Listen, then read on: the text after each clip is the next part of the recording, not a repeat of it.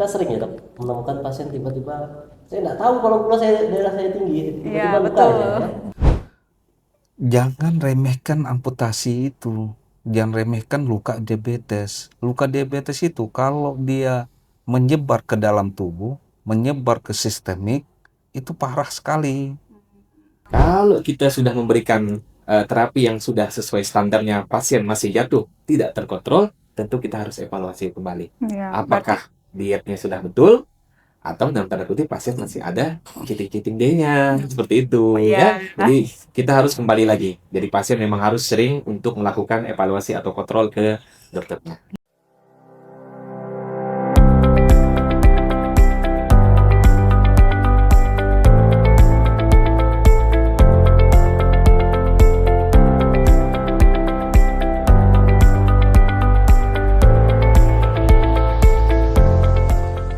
Halo Sobat Sehat, selamat datang di podcast Senyum Permata RSUD Nawawi Mahmuda dengan saya Dr. Tuti.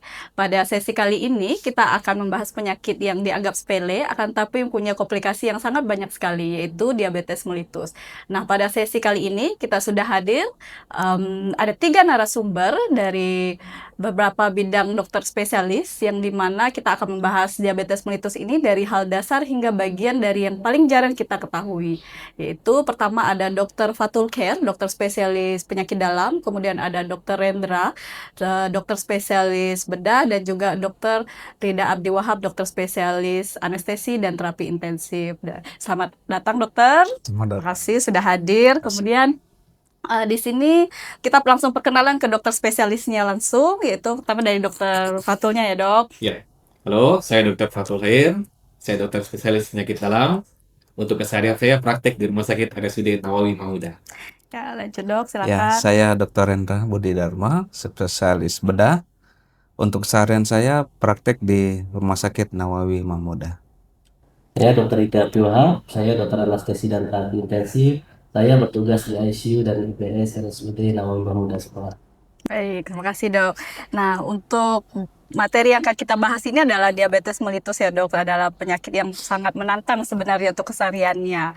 Apalagi kasus di Kabupaten Sukamara ini kasusnya paling banyak lumayan ya dok untuk diabetes mellitus ini, terutama untuk kasus-kasus dari penyakit dalam, kemudian ke bedah dan juga anestesinya untuk masalah operasinya ya dok.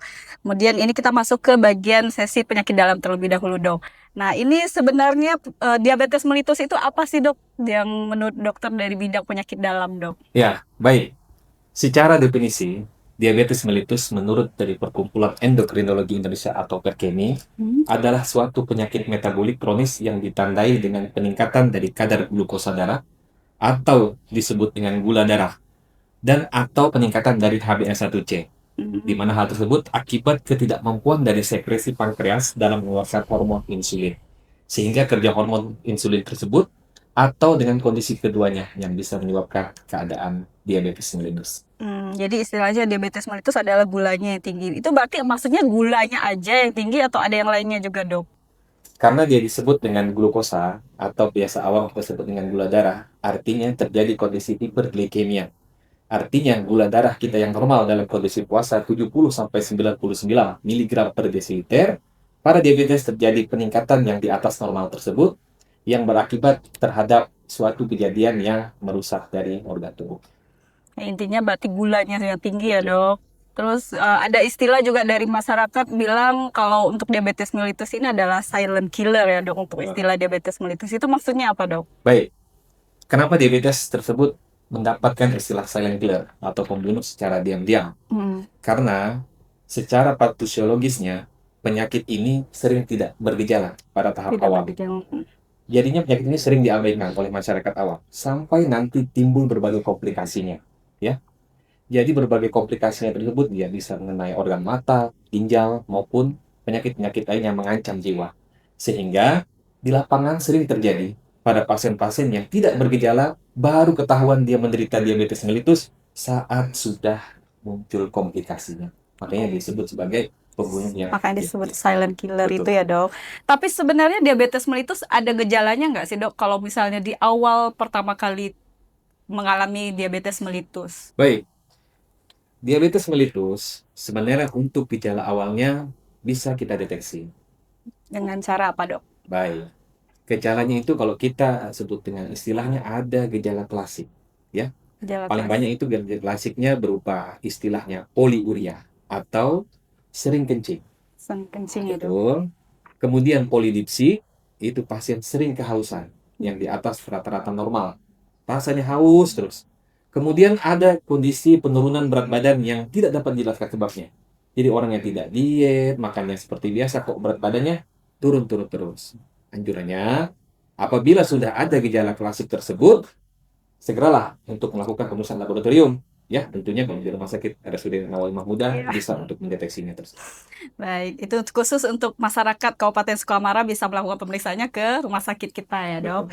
Nah, ini sebenarnya kalau misalnya dicek nih pasien, dia dari gejala-gejala sudah curiga mengarah ke diabetes mellitus. Ya. Jadi melakukan pemeriksaan ke RSUD Nawawi Mahmudah. Betul. Dan ternyata gula darahnya nih tinggi. Tingginya ini berapa, Dok? Dibilang gula darah tinggi ini, Dok. Baik. Menurut dari Perkumpulan Endokrinologi atau PERKENI, gula darah normal kita itu adalah di angka 70 sampai 99. Ambillah 100 mg per desiliter dalam kondisi puasa. Untuk mencapai kriteria disebut diabetes mellitus, maka ada beberapa pemeriksaan yang bisa dilakukan. Yang pertama adalah pemeriksaan gula darah puasa, di mana didapatkan kadar gula darah puasa tersebut lebih dari atau sama dengan 126 mg per desiliter. Atau dengan pemeriksaan gula darah sewaktu, atau biasa disebut juga dengan gula darah acak, di mana didapatkan kadar gula darahnya lebih dari atau sama dengan 200 mg per desiliter. Atau bisa juga dengan pemeriksaan namanya HbA1c. Nah, itu dia dengan pemeriksaan kita melihat kadar gula rata-rata dalam 3 bulan yang sudah berlalu atau 90 hari, di mana kriteria diagnosisnya orang dikatakan diabetes apabila didapatkan kadar HbA1c-nya lebih dari atau sama dengan 6,5%. Begitu ya, Dok ya. Jadi untuk dibilang kriteria diabetes mellitus, ini apakah cukup HbA1c aja atau perlu ada tambahan juga? Dan ini kalau misalnya diperiksa naik satu angka, misalnya 201, kalau untuk gula darah sewaktu ini sudah dianggap diabetes mellitus atau belum, Dokter? Baik. Berdasarkan konsensus yang dikeluarkan PERKENI, dari hasil pemeriksaan yang kita jabarkan tadi, cukup salah satunya saja sudah dapat untuk mendiagnosis keadaan diabetes mellitus. Oh, jadi intinya kalau memang ternyata kita cek gula darah sewaktu sudah di atas 200 ya rentangnya, Dok, Betul. itu juga sudah dianggap diabetes mellitus. Terus kalau untuk gula darah puasa di atas 100 ya, Dok. 20 ya 100 itu 106 ya, Dok ya. 120. 126 ya, 126 itu Ya. sudah dianggap diabetes mellitus dan Ya. termasuk pemeriksaan HbA1c. Nah, Betul. kita itu seperti itu ya, Dok, boleh salah satu dipilihnya Betul. untuk dilakukan pemeriksaan. Nah, baik, kita masuk ke sesi dari komplikasi dari diabetes mellitus, yaitu ke bagian dari bedah, yaitu Dokter Rendra ya, Dok, dokter spesialis bedah. Di sini kita yang mau dipertanyakan ini adalah luka diabetes. Paling sering dari komplikasi diabetes mellitus adalah luka di kaki ya, Dok. Itu paling sering ditemukan pada pasien-pasien diabetes. Nah, sebenarnya itu penyebabnya kenapa sih, Dok? Kenapa bisa sampai terjadinya luka diabetes pada kaki terutama, Dok? Pertama itu amputasi pada jari, pada kaki bisa terjadi osteomelitis, gangren, istilahnya tuh kan, revaskularisasi yang tidak berhasil. Revaskularisasi maksudnya Aliran pembuluh darahnya diperbaiki. Itu yang tidak berhasil. Nah, terjadilah itu menghitam. Nah, kalau di klasifikasi Wagner itu adalah klasifikasi Wagner 4 dan Wagner 5. Artinya apa? Wagner 4 localized peritonitis, localized gangren. Yang kelima itu adalah yang menyeluruh, istilahnya. Menyeluruh itu gangren artinya itu apa seluruh itu, Dok, kaki. maksudnya, Dok? Gangren itu adalah penumpukan gas atau pus di daerah tersebut yang menyebabkan itu nekrotik jaringan, nekrotik sampai ke tulangnya gitu kena. Pasien diabetes yang sampai mengalami amputasi ini paling sering ya karena pasiennya sudah sampai lukanya sampai menghitam, berarti maksudnya ya, Dok. Nah, itu kalau udah menghitam putusannya ini pasti harus diamputasi, Harus ya, itu. Dok. Ya. Tidak mungkin bisa dipertahankan, Dok. Masalahnya apa? Luka hitam itu kan iskemik itu kan karena dia itu lukanya itu udah mati. Sudah mati ya. Iya, saya rasa itu. Ya, sudah mati artinya aliran darah yang tadi Aliran dokter bilang darah itu ya tadi tidak nggak sampai lagi ya berhasil. dok. Ya. Ya. Kenapa dok untuk pasien-pasien diabetes mellitus ini lukanya bisa dari awal ukurannya kecil saja kok tiba-tiba sudah membesar dan harus diamputasi dokter? Ah, itu perawatan, masa perawatannya. Ada yang lukanya kecil, ada yang lukanya besar. Itu perawatan pasien di rumah tuh seperti apa? Mhm. Nah, ada yang dia merasa, oh baik-baik aja, dia rawat sendiri. Oh. Nggak mau, istilahnya, nggak mau pakai apa orang yang sudah terbiasa merawat luka gangren. Akhirnya dia sendiri, akhirnya apa? Itu membesar, tambah membesar, tambah membesar. Nah, itu yang sering terjadi. Jadi kalau misalnya ada luka, terutama untuk Mm-mm. pasien yang sudah diabetes mellitus, paling sering sih pasien-pasien diabetes mellitus ini kan tidak tahu kalau dia diabetes mellitus ya dok, gulanya tinggi. Nah, ini dia taunya lukanya kecil, jadi diobatin sendiri. Akhirnya lama-lama lukanya jadi besar dan akhirnya jadi harus diamputasi dan karena menghitam dan tidak bisa dipertahankan. Nah, paling sering nih dok, selain luka diabetes di kaki, ini paling sering yang dokter temukan untuk pasien-pasien diabetes mellitus ini apa komplikasi yang paling banyak dokter? Amputasi. Amputasi itu ya dok? Iya, Ya. paling sering itu amputasi. Mm. Karena amputasi itu sendiri, kalau pertama kan ada aturan itu yang mengatakan rule of 15 dan rule 50. Itu mengatakan kayak gini. 15% pasien DM pasti menjadi pasien deep ulcer. Deep ulcer itu Ya, maksudnya apa luka dokter? diabetes. Luka diabetes. Diabetes. 15% luka diabetes jadi osteomyelitis. Dan 15% dari deep ulcer diabetes mellitus itu jadi amputasi. Nah, Jadi itu. urutannya untuk pasien-pasien Iya. diabetes mellitus yang sudah mengalami paling sering 15%-nya akan mengalami komplikasi dan komplikasinya paling sering ya bisa berakhir dengan amputasi ya Ya. dokter ya. Nah ini yang paling sering dokter paling membekas kalau misalnya ketemu pasien-pasien komplikasi ini kok apa sih dok? Apakah dari segi pasiennya kok ini berulang komplikasinya itu atau ada hal yang lain yang dokter pernah temukan dok untuk pasien-pasien diabetes mellitus? Yang paling membekas tuh adalah ini pasien saya sendiri udah meninggal. Pasien tuh harusnya diamputasi, tapi keluarga nggak mau. Jangan remehkan amputasi itu. Jangan remehkan luka diabetes. Luka diabetes itu kalau dia menyebar ke dalam tubuh, menyebar ke sistemik, itu parah sekali. Nah, saya bilang, ini harus amputasi, Bu. Nggak mau pasiennya. Dan akhirnya, ya, pasien meninggal. Ya, berarti resikonya jika komplikasi sampai luka sudah menghitam, artinya sudah disarankan untuk dioperasi.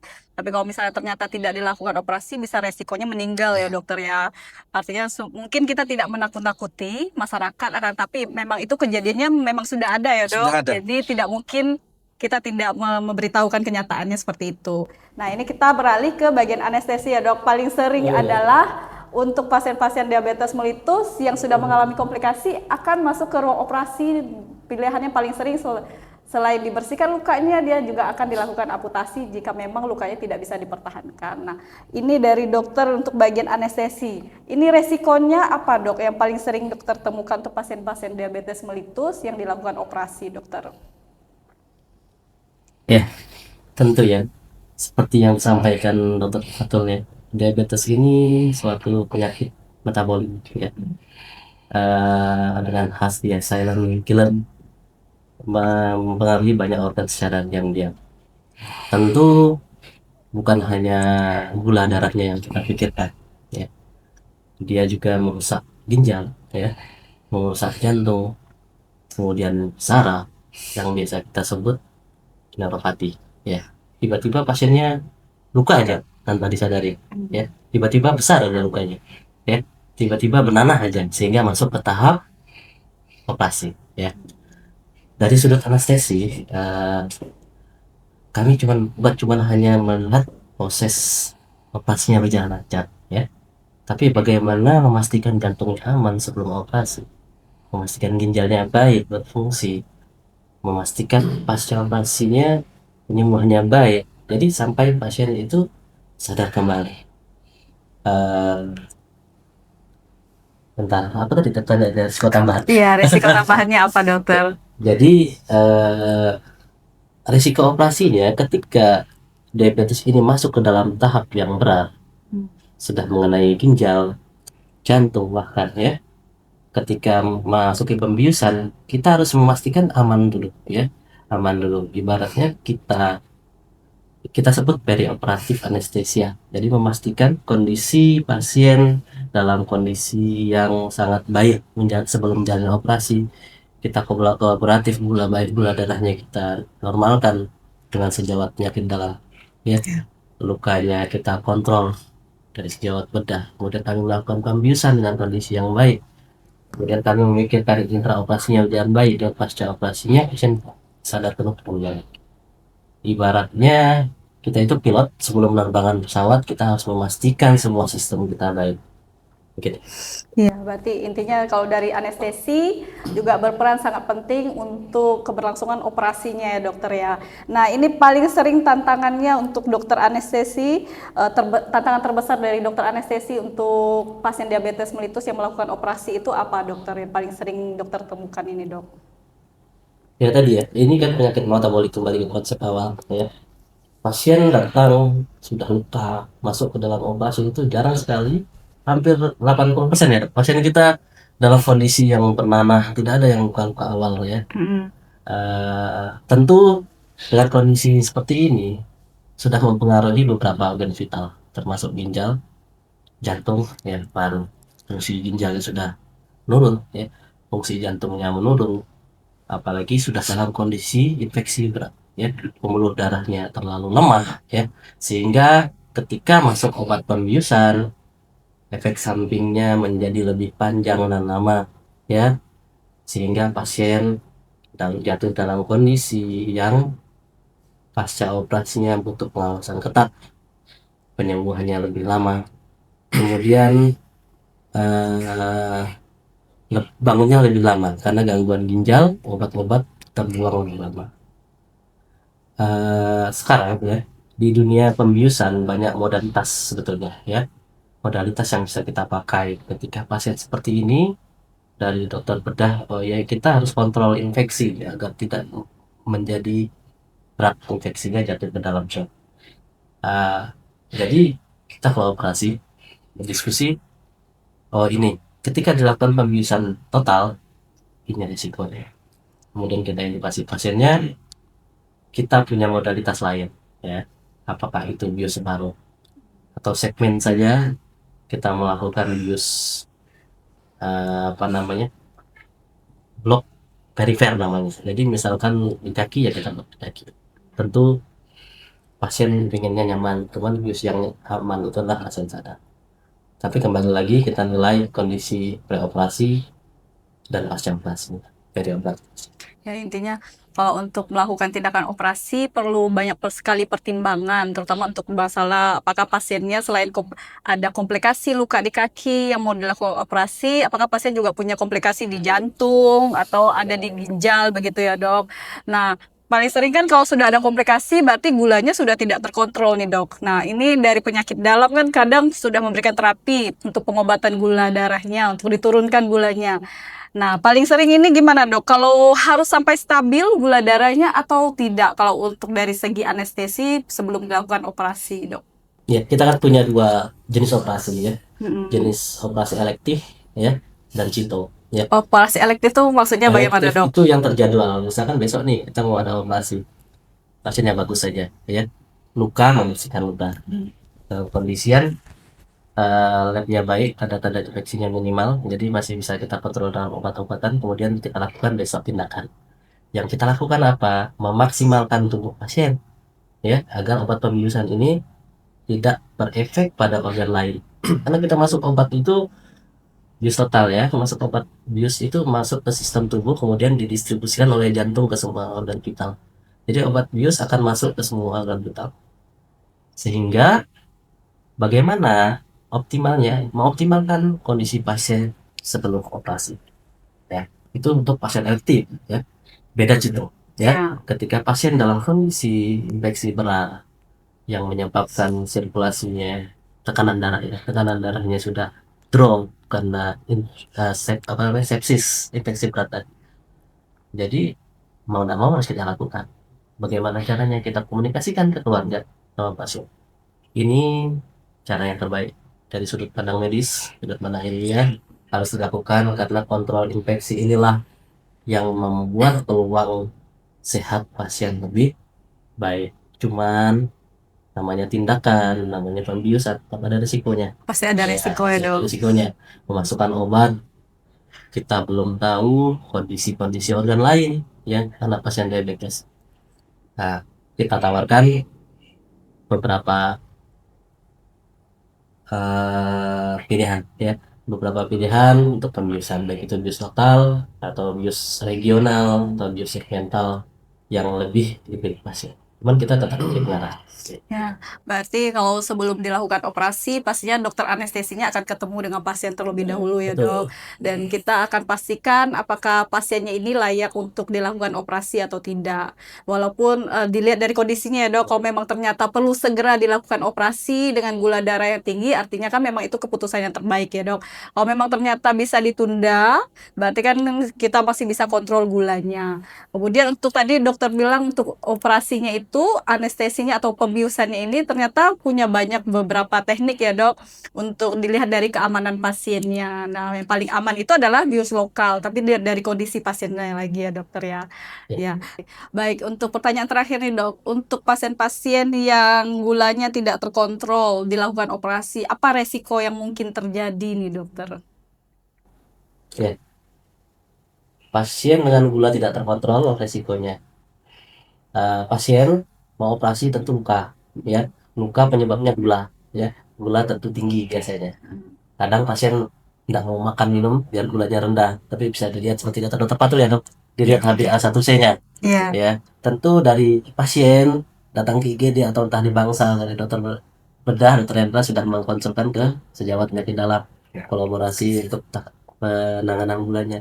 Jadi itu mengamankan kami juga sebetulnya. Kenapa? Agar pasien ini ketika pembiusan tidak jatuh dalam kondisi yang modal kondisinya dalam kondisi jelek.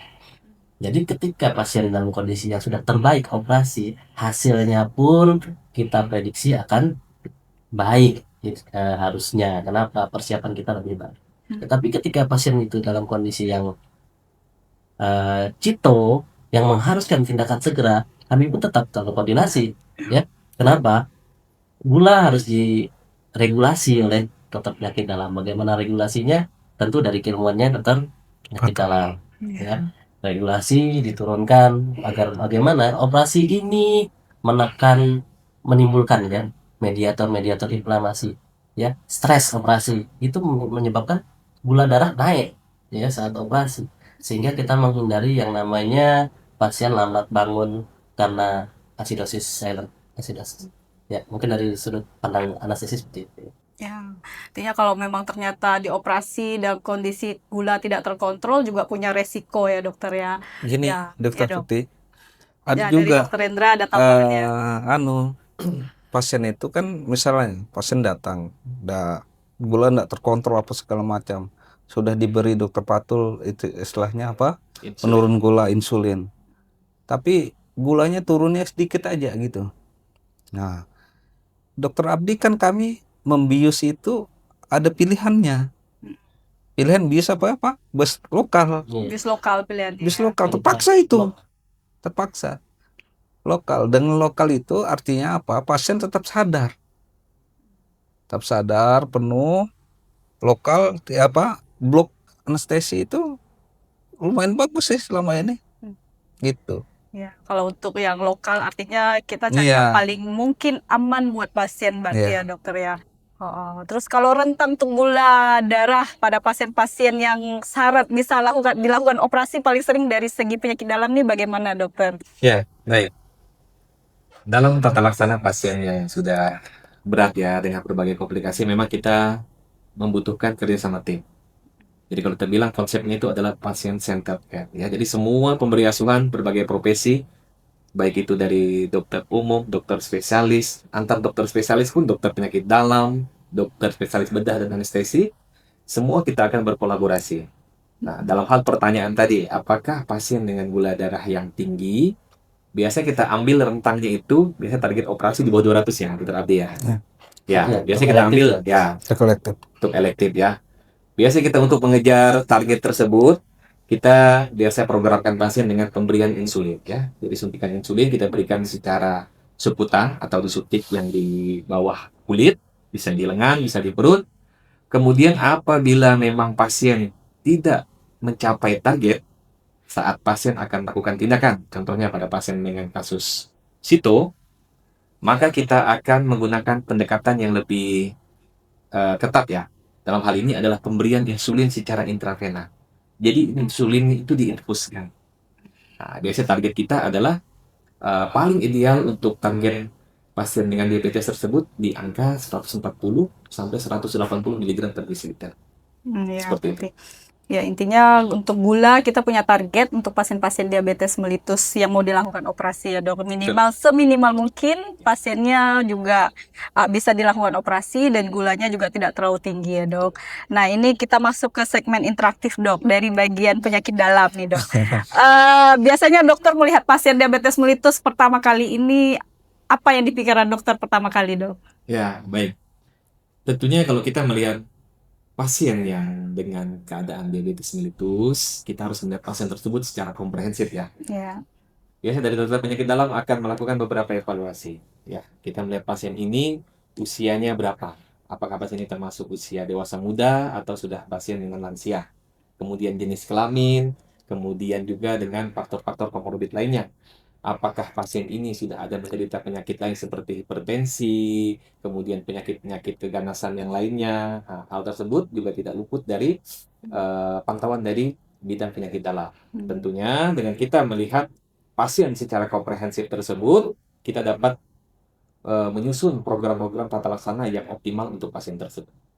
Biasanya kalau untuk penanganan pasien diabetes mellitus, Baik. seringnya ada kolaborasi ya dengan dokter spesialis bedah dok untuk Ya. masalah kontrol gula dan untuk pencegahan jangan sampai terjadinya komplikasi Ya. dokter. Baik. Tentunya kalau kita melihat pasien diabetes mellitus yang sudah menimbulkan komplikasi, dalam hal ini dia sudah muncul ada penyakit kaki diabetik, apakah dia sudah dengan ulkus atau sudah kakinya bernanah dengan infeksi di mana-mana, kemudian juga ada dengan diperparah dengan keadaan neuropati. Nah, tentunya dari penyakit dalam akan berkolaborasi. Ya, kita lihat seperti disampaikan Dr. Hendra tadi, Iya. terutama pasien-pasien yang sudah dengan keadaan kaki dengan stadium Wagner 45, tentunya itu sudah harus kita konsultasikan dengan bagian spesialis bedah. Karena ada beberapa juga pasien yang tidak terkontrol gula dengan obat-obatan, maka itu memerlukan tindakan pembedahan. Biasanya setelah dilakukan pembedahan, gulanya juga akan ikut terkontrol. Baik, berarti kita masuk ke bagian dokter Hendra ini dok. Ya.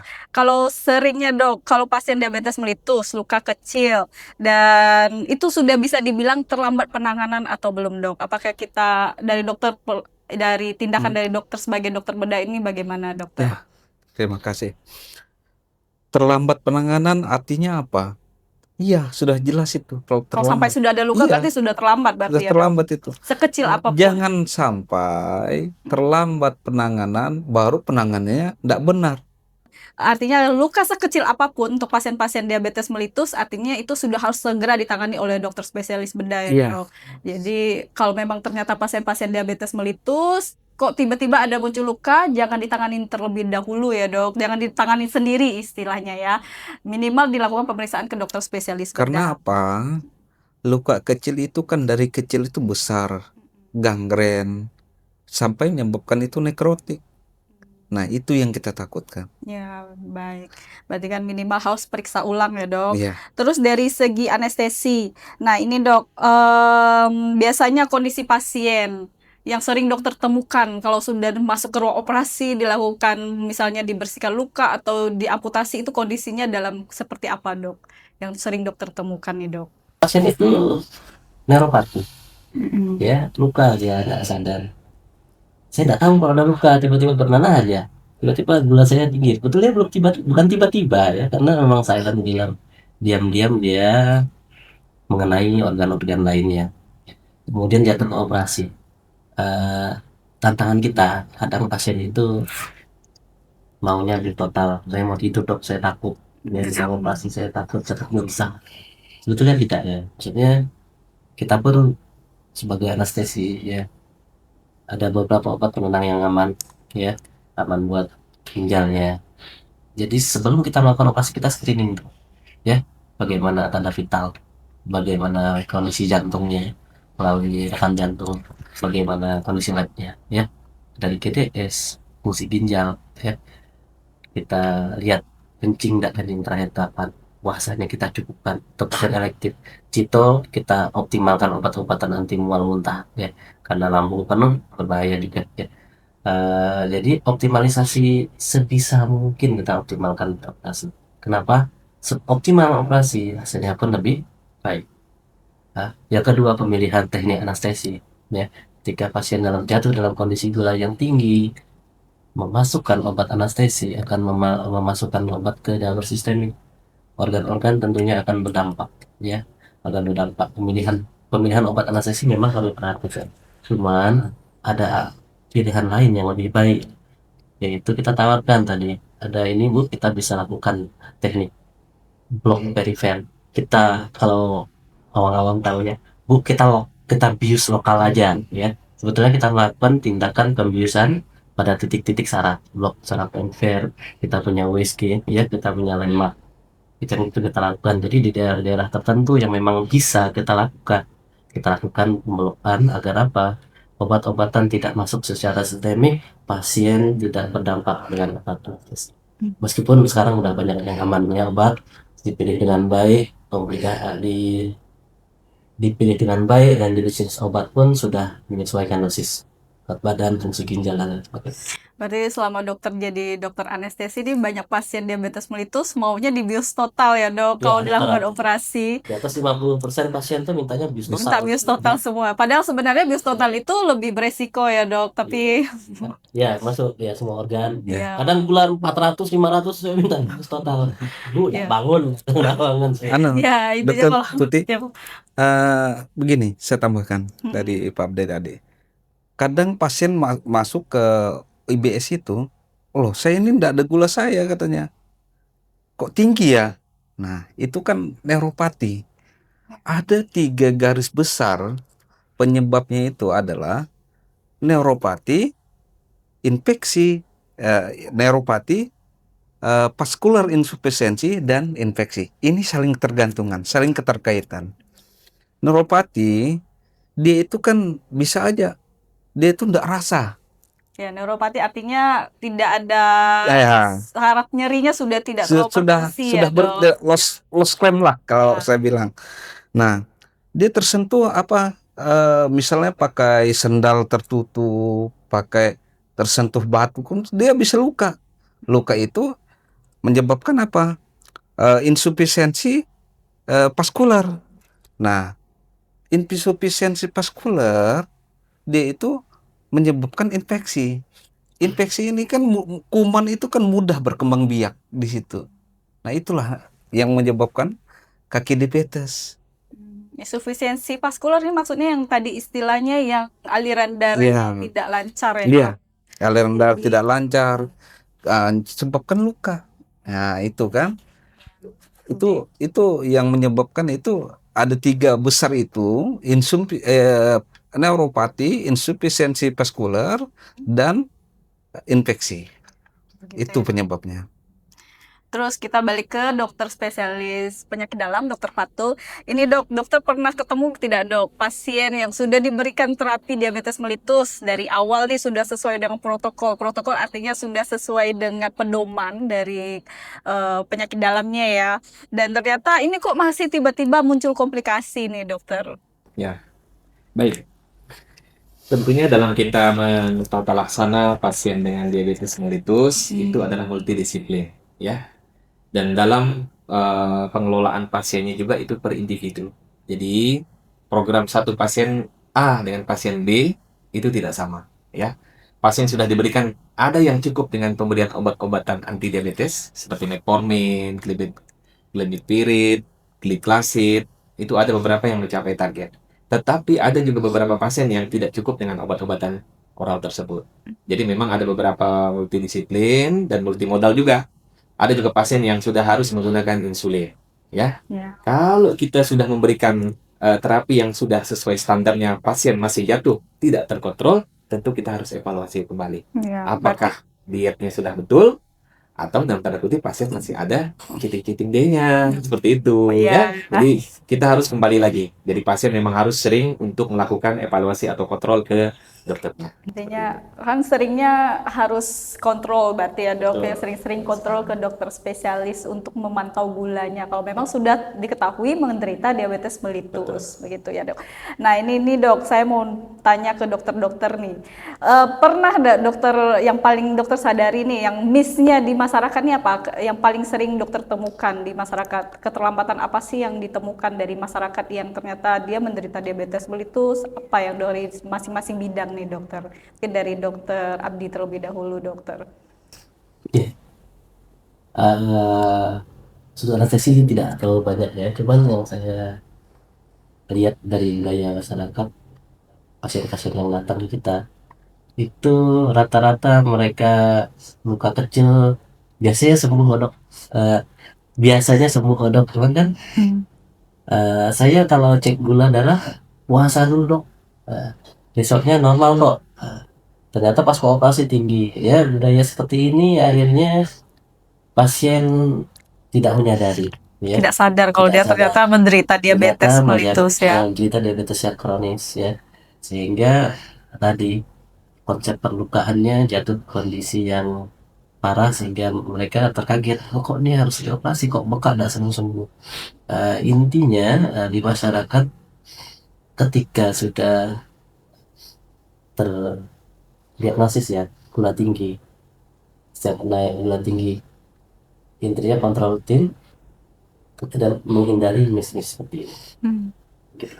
Ya, kalau dari anestesi berarti seringnya pasien masyarakat kita ini tidak sadar kalau ternyata mereka menderita diabetes mellitus. Kalau dari dokter Hendra ini apa dok, yang dokter rasa Sebenarnya, ini? ya sebenarnya sama ya sama Pak Abdi, Dokter Abdi. Pasien itu apa? Kalau hari ini luka gitu, nah besok sembuh katanya. Nah padahal dia itu gula. Dari gula ya. Iya, saya lihat itu pasien kebanyakan pasien datang gula misalnya. Udah saya beri obat segala macam, konsul dokter Patul juga. Tapi pasien tuh menyangkal bahwa dia kena gula. Oh enggak ah dok, saya enggak kayak gitu katanya. Itu yang paling sering. Ya benar. Ya kalau artinya sama, pasiennya tidak sadar dan menyangkal kalau misalnya pasiennya menderita diabetes mellitus. Kalau dari penyakit dalam nih bagaimana dokter? Ya, Paling sering yang dokter temukan misi Sama. ini apa nih sih yang hilang ini? baik. Kalau di bagian penyakit dalam, sama ya, seperti disampaikan dari sejawat tadi, yang paling utama itu adalah seringnya pasien tidak mengetahui kalau dia sudah menderita diabetes.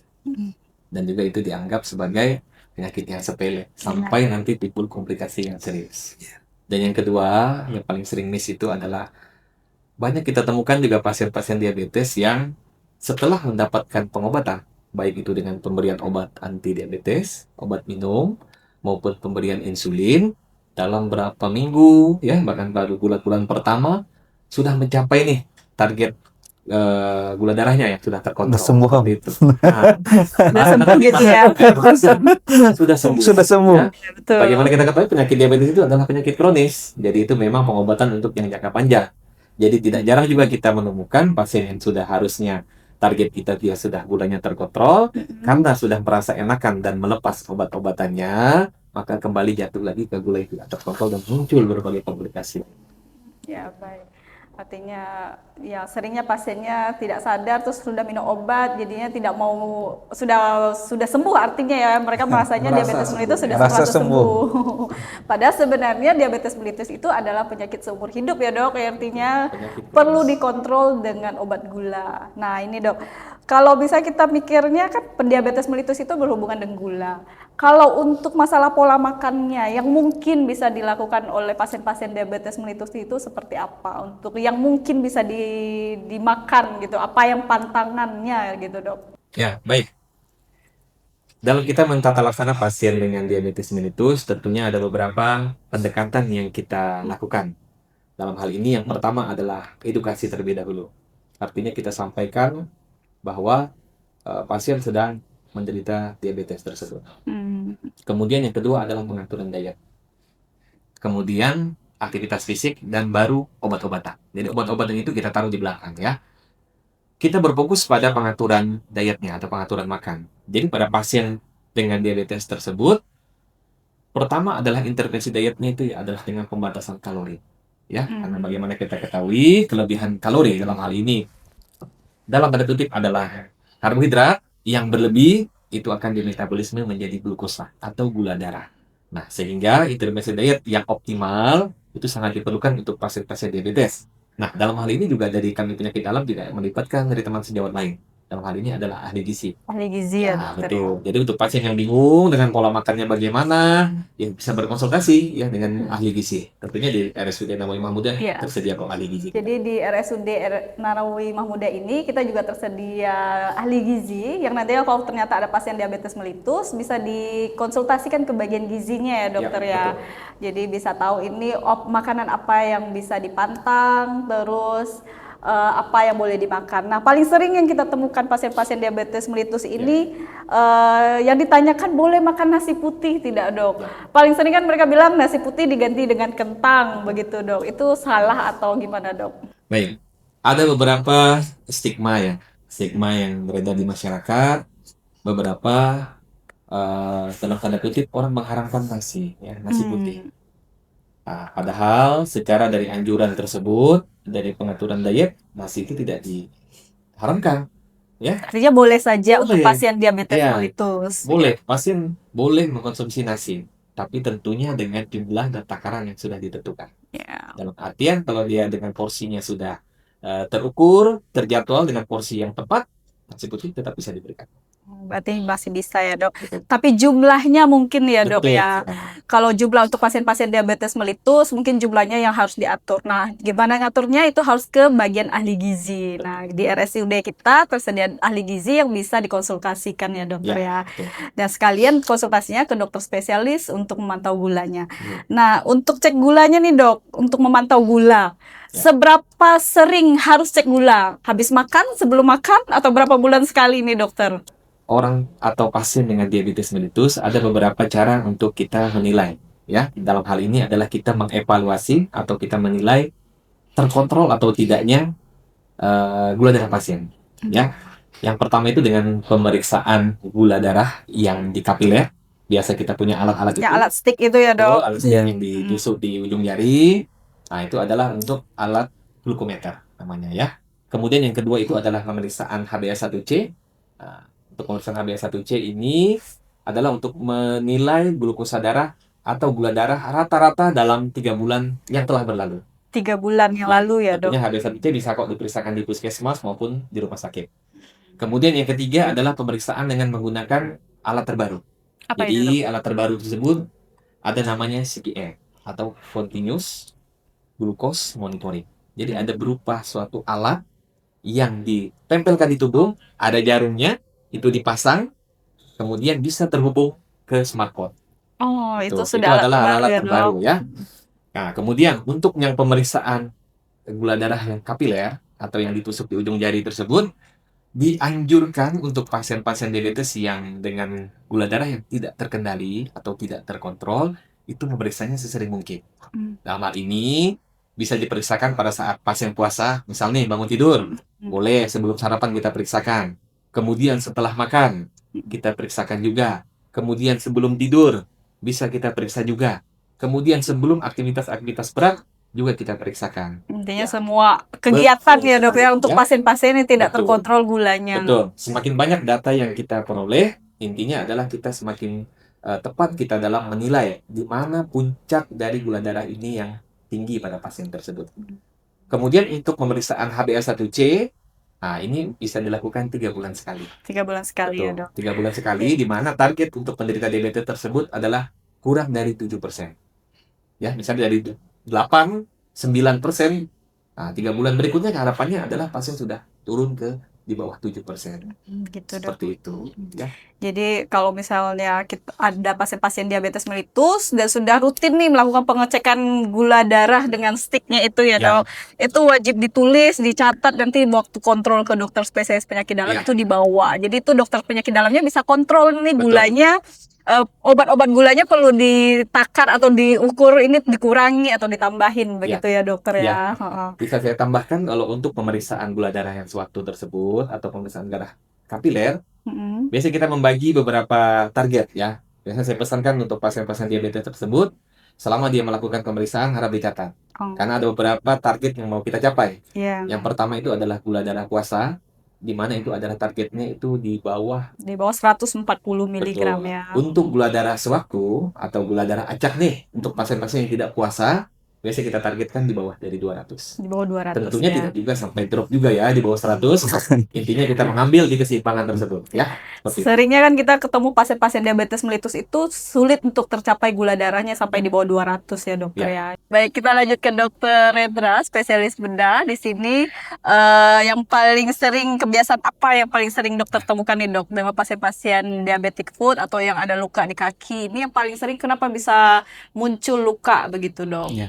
Pertama itu kita perlu perhatikan itu pola makannya.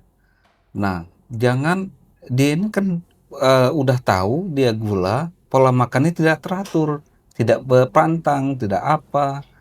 Artinya itu apa? Pasien dengan penyakit gula ini harus diatur pola makan, gizinya, apanya harus teratur.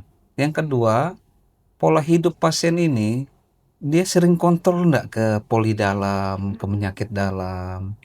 Nah, kita beralih ke dokter Abdi, spesialis anestesi nih dok. Nah dokter, kalau seberapa penting sih dokter kalau misalnya pasien-pasien diabetes mellitus menjaga gulanya tetap stabil dalam kehidupan sehari-hari, jadi lebih memudahkan dokter sebagai dokter anestesi pada saat mau melakukan operasi nih dok.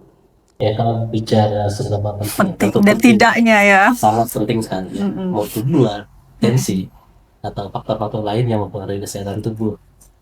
Kita bicara angka gula, kita bicara angka normal. Sudah disebutkan dokter Fatul ya. Bagaimana angka normal pasien puasa, gula darah acak atas waktu, bagaimana normal HbA1c ya.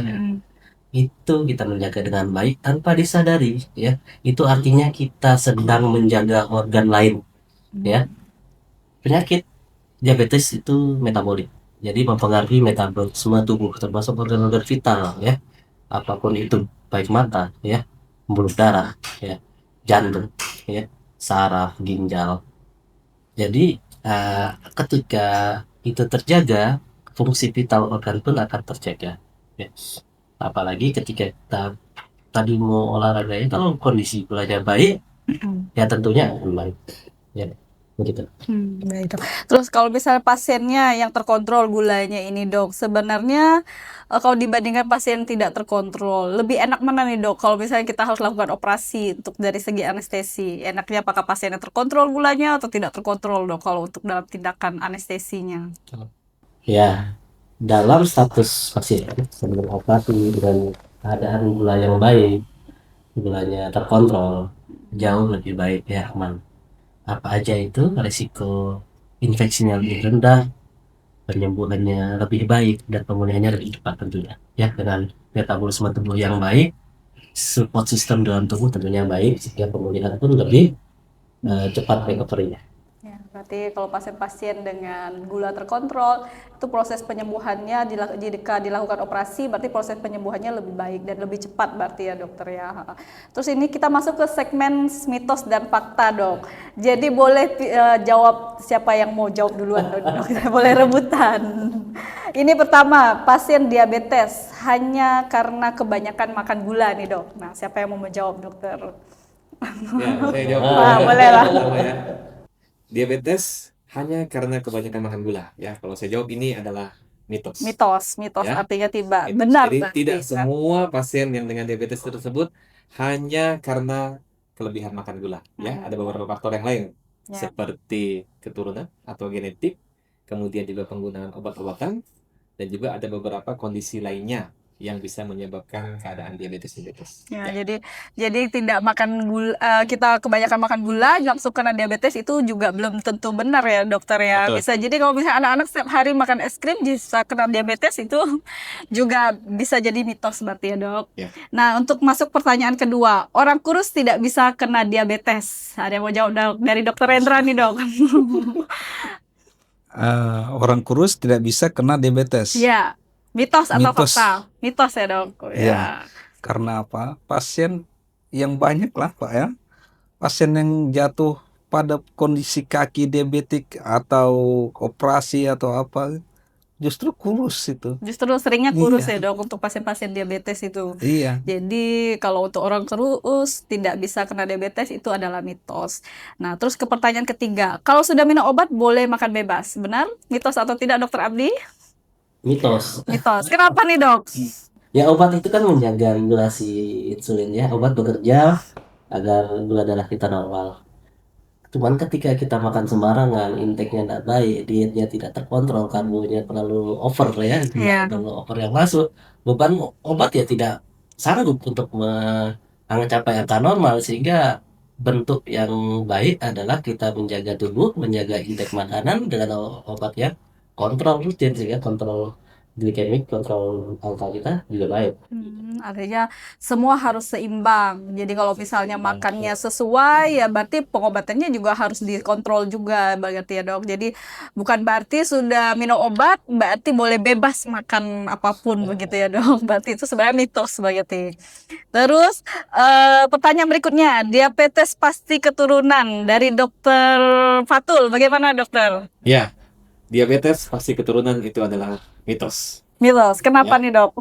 Kita boleh mempunyai orang tua atau yang di atas keturunan kita dengan mewariskan genetiknya atau keturunan dengan gen yang berpotensi menjadi diabetes. Tapi tidak semua keturunannya akan menjadi diabetes. Semua tetap akan ditentukan oleh pola hidup oleh pasien itu sendiri. Oh. Apabila pola hidupnya yang sehat, meskipun memiliki genetik yang diwariskan dari orang tuanya dengan diabetes, maka insya Allah juga tidak terjadi diabetes pada pasien Oh tersebut. begitu. Jadi belum tentu nih kalau memang ternyata ada bapak ibunya ada diabetes melitus, anaknya juga terkena diabetes melitus. Menurut dari penyakit dalam berarti itu belum pasti benar begitu ya, Ya, dok. mitos. Tergantung dari pola hidupnya lagi bagaimana. Baik, kita sudah di sesi terakhir dok untuk podcast kita hari ini. Dan sebelum ditutup nih dok, dari masing-masing dokter apa ada yang mau disampaikan untuk satu pesan singkat dok?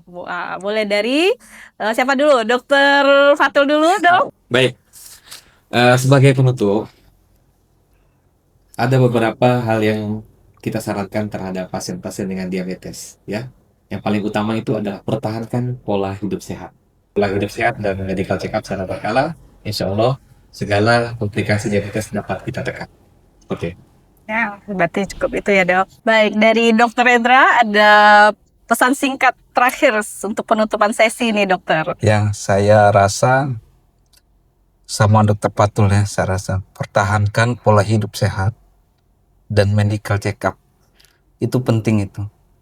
Karena apa? Kalau kita itu udah diabetes mellitus itu udah komplikasi udah terjadi, itu tambah parah, itu tambah susah. Itu. Ya, harus Ya. terkontrol ya dok. Iya. Baik, lanjut ke dokter Abdi. Ada closing statementnya dari dokter. Dua sejawat saya ya sudah menyampaikan ya bagaimana pentingnya kita menjaga kesehatan. Saya closingnya pantun aja kali ya. Boleh. Ya, tolong jawab. Jangan. Ya. Langit cerah menjelang senja, Jaga. angin pelan terasa lega, Jangan. diabetes sering datang tanpa terasa, Jangan lupa cek kesehatan kita. Iya, bagus. Oke. Baik, terima kasih banyak dokter atas ilmunya hari ini dan sobat sehat, semoga ilmu yang kita bagikan hari ini berguna buat masyarakat kita, terutama masyarakat Kabupaten Sukamara. Dan jangan lupa untuk melakukan pemeriksaan kontrol gula darah, terutama untuk pasien-pasien diabetes mellitus dan punya resiko tinggi untuk mengalami diabetes mellitus. Dan RSUD Nawawi Mahmuda juga siap untuk menerima pasien-pasiennya untuk melakukan pemeriksaan dan jangan tunggu sakit baru peduli. Sampai jumpa di podcast selanjutnya. Terima kasih.